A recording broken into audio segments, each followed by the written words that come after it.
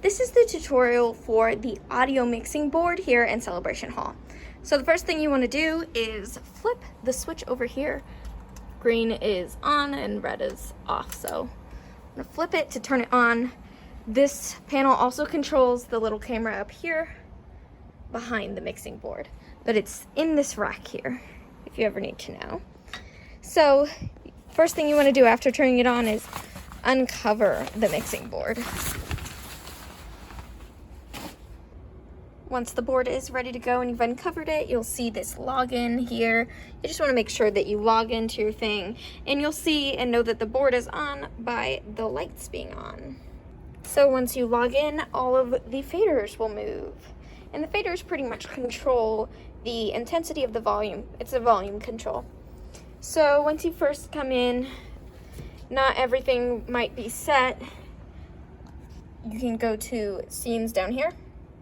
You can go to the scene that you want. So right now we'll load Family Worship and we'll recall Family Worship. And once you recall it, the faders will move to their positions. The names will change to that preset, as you'll see here. If you ever have a channel, so a whole channel would be from here, the fader, all these buttons, and that's a full channel.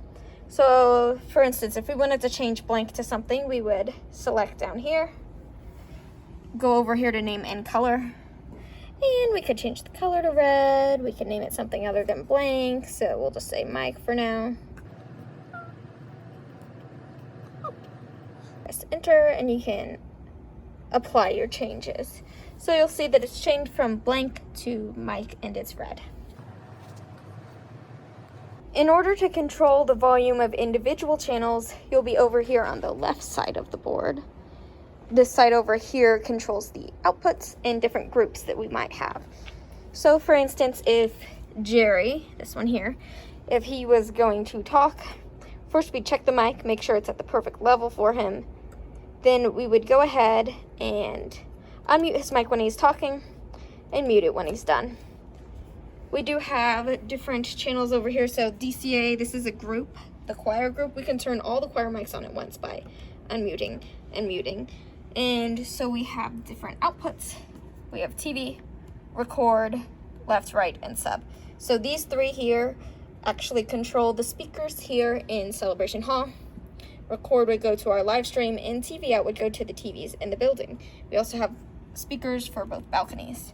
And to select a whole group or mix it, we would press the mix button, and you'll see when I change mix buttons, the mixes might be different on different channels, so the faders move. If a specific channel or mic is a little low and we need to turn it up, you could press select right here, this button that says cell. You'd go up here, so it'll change up here based on the channel that's selected. You can go up and adjust the gain if you need to, the thresholds you can change just to get the right sound that you want. At the end of the day, after you're done with the audio mixing board, you'll want to go to scenes, and you can even save all of the changes you've made today by updating. So you want to make sure you're on the right scene, then you'll press update, and it will update with all of the changes you've made that day. We typically do that as we've changed something or adjusted it from last time, and we'll just want to make sure that we have that setting saved. Once you're done saving your scene, you can go down to Utility, Power Down Surface, and then once the screen says it is now safe to turn off your iLive, you can go over to the rack and press the red off button, and that will control all of these as well as the camera and the audio mixing board.